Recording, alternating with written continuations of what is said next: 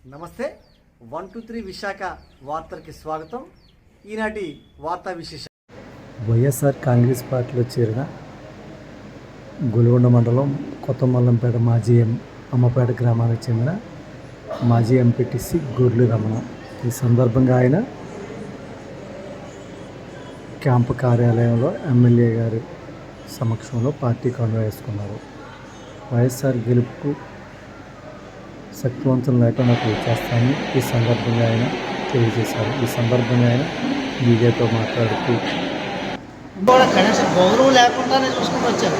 ఇప్పుడు ఇంట్లో వాళ్ళతో నేను ప్రతిపక్షంతో కాదు ఎదుర్కోడు, ఉన్న పార్టీ వాళ్ళతో ఎదుర్కోకపోతే సరిపోయింది. అని చేత ఏమందంటే ఇక నాకు విసుగు చెంది లోకల్ నాయకత్వం వల్ల నేను భరించలేక ఈరోజు నన్ను ఎంతో అభిమానించి గ్రామంలో నాయకులు, తర్వాత మండల నాయకులు అందరూ కూడా నన్ను ఎంతో గౌరవంగా చూసుకుంటున్నారు. కాబట్టి అందరి సమక్షంలో ఈరోజు మరి వైఎస్ఆర్ కాంగ్రెస్ పార్టీలో చేరడం జరిగింది.